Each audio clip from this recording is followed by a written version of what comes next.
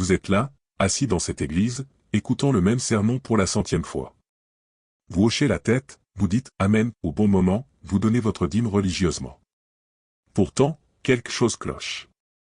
Au fond de votre cœur, il y a ce vide qui grandit, cette soif spirituelle qui ne se calme jamais. Comment est-ce possible? Comment peut-on être si obéissant et se sentir si vide?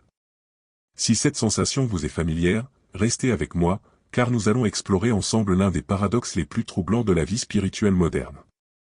Permettez-moi de vous raconter l'histoire de Marie. Marie était ce qu'on appelle une chrétienne modèle. Présente à chaque culte, active dans les ministères, respectueuse de toutes les règles de son Église. Pendant 15 ans, elle a vécu cette routine spirituelle parfaite. Pourtant, un matin, elle s'est réveillée avec une question dévastatrice, où est Dieu dans tout cela? Cette question révèle une vérité inconfortable que beaucoup d'institutions religieuses préfèrent ignorer, l'obéissance sans compréhension peut devenir un obstacle à la véritable croissance spirituelle. Pensez un instant. Combien de fois avez-vous obéi à des règles religieuses sans vraiment comprendre leur sens profond? Combien de fois avez-vous participé à des rituels par habitude plutôt que par conviction authentique? L'obéissance mécanique transforme nos pratiques spirituelles en simples gestures vides, dépourvues de la substance qui nourrit réellement l'âme. Le problème n'est pas l'obéissance en soi, mais l'obéissance qui remplace la relation personnelle avec le divin. Quand nous suivons des règles sans les questionner, sans les intégrer profondément dans notre être, nous créons une façade spirituelle impressionnante à l'extérieur, mais creuse à l'intérieur. Voici où les choses deviennent vraiment inquiétantes. Dans de nombreuses communautés religieuses, l'obéissance visible devient un spectacle. Nous apprenons à bien paraître spirituellement plutôt qu'à bien être spirituellement. Cette performance constante épuise l'âme au lieu de la nourrir. Imaginez un jardinier qui passerait tout son temps à polir les feuilles de ses plantes pour qu'elles brillent, mais qui négligerait d'arroser les racines. Les feuilles peuvent sembler magnifiques pendant un moment, mais la plante finira par mourir de l'intérieur. C'est exactement ce qui arrive à notre vie spirituelle quand nous privilégions l'apparence de l'obéissance sur la profondeur de la connexion. Cette performance religieuse crée ce que j'appelle le syndrome du bon élève spirituel. Vous savez, cette personne qui connaît toutes les bonnes réponses, qui cite les Écritures à la perfection, qui respecte tous les protocoles, mais qui se sent étrangement déconnectée de la source divine. Elle excelle dans la forme mais échoue dans l'essence. Le plus tragique dans cette situation, c'est que cette personne peut passer des années, voire des décennies, sans réaliser qu'elle court à vide spirituellement. Elle reçoit les félicitations de sa communauté, elle respecte tous les critères externes de la spiritualité, mais intérieurement, elle s'assèche progressivement. Laissez-moi vous poser une question provocante, vos pratiques religieuses vous libèrent-elles ou vous emprisonnent-elles? Parce que voici une vérité que peu osent dire, les rituels, même les plus sacrés, peuvent devenir des chaînes quand ils sont pratiqués machinalement. Pierre était diacre dans son église depuis 20 ans. Chaque dimanche, il accomplissait ses tâches avec une précision militaire, préparer la communion, accueillir les fidèles, compter les offrandes. Sa routine était parfaite, sa dévotion indiscutable. Pourtant, un jour, il a confié à sa femme, « J'ai l'impression d'être un robot spirituel. Je fais tous les gestes, mais je ne sens plus rien. » Cette confession révèle une réalité choquante, nos rituels peuvent devenir des substituts à l'expérience spirituelle authentique plutôt que des portes d'entrée vers elle. Quand nous accomplissons nos pratiques religieuses par obligation plutôt que par amour, quand nous les exécutons par peur du jugement plutôt que par soif de communion divine, nous transformons ces actes sacrés en corvées spirituelles. Le danger est subtil mais réel. Ces rituels vidés de leur substance créent une illusion de proximité divine tout en maintenant une distance émotionnelle et spirituelle considérable. C'est comme danser avec l'ombre de Dieu plutôt qu'avec Dieu lui-même. Voici peut-être l'aspect le plus douloureux de cette question, quand l'autorité religieuse devient plus importante que l'amour divin, elle crée un désert spirituel en plein oasis apparent.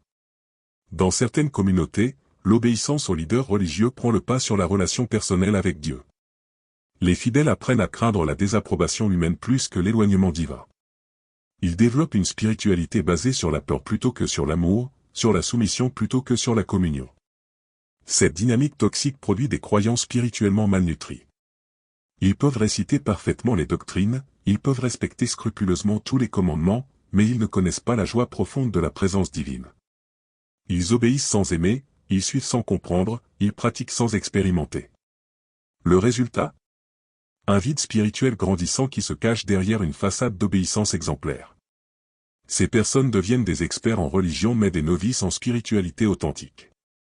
Mais voici ce qui est peut-être le plus tragique dans tout cela, cette soif spirituelle authentique ne disparaît jamais vraiment. Elle reste là, tapie dans l'ombre de nos performances religieuses, murmurant des questions que nous n'osons pas poser à voix haute. Est-ce vraiment tout ce qu'il y a? Pourquoi est-ce que je me sens si vide malgré tous mes efforts? Où est cette paix profonde dont parlent les Écritures? Pourquoi est-ce que je me sens plus proche de Dieu dans la nature que dans l'Église? Ces questions ne sont pas des signes de rébellion spirituelle. Elles sont des signaux d'alarme que notre âme nous envoie pour nous dire qu'elle a faim d'authenticité. Elles révèlent notre désir profond d'une relation spirituelle réelle plutôt que d'une simple conformité religieuse. Malheureusement, dans de nombreux environnements religieux, ces questions sont découragées, voire interdites.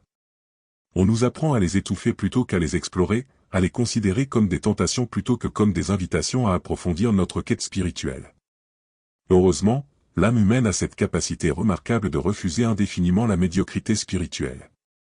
Tôt ou tard, elle se réveille et exige plus que des rituels vides et de l'obéissance mécanique. C'est ce qui s'est passé pour Sarah. Après des années d'une vie religieuse parfaite, elle a commencé à ressentir ce qu'elle décrit comme une faim spirituelle dévorante. Les sermons qui la satisfaisaient auparavant lui semblaient fades. Les prières qui lui apportaient du réconfort lui paraissaient creuses. Elle réalisait qu'elle avait développé une relation avec l'institution religieuse, mais qu'elle avait perdu sa connexion avec le divin. Ce réveil, bien qu'inconfortable, est en réalité une bénédiction déguisée. Il signale que notre esprit refuse de se contenter de substituts et réclame l'authentique. C'est le moment où nous devons choisir, continuer à vivre cette spiritualité de surface ou entreprendre la quête périlleuse mais libératrice d'une relation divine authentique. Permettez-moi de vous proposer quelque chose de révolutionnaire, et si la véritable obéissance spirituelle consistait parfois à désobéir aux attentes religieuses conventionnelles? Et si questionner, chercher, douter même, étaient des actes de foi plus profonds que la soumission aveugle? Cette idée peut sembler hérétique, mais elle est fondée sur une vérité spirituelle profonde. Dieu préfère probablement une relation authentique et questionnante à une obéissance mécanique et vide. Après tout, quel parent préférerait un enfant robot qui obéit sans réfléchir à un enfant authentique qui questionne par amour et désir de comprendre? La rébellion sacrée dont je parle n'est pas une rébellion contre Dieu, mais une rébellion contre les systèmes qui s'interposent entre nous et une relation authentique avec le divin. C'est le courage de dire, je veux plus que des rituels, je veux une rencontre. Je veux plus que des règles, je veux une transformation. Je veux plus que de l'obéissance, je veux de l'amour.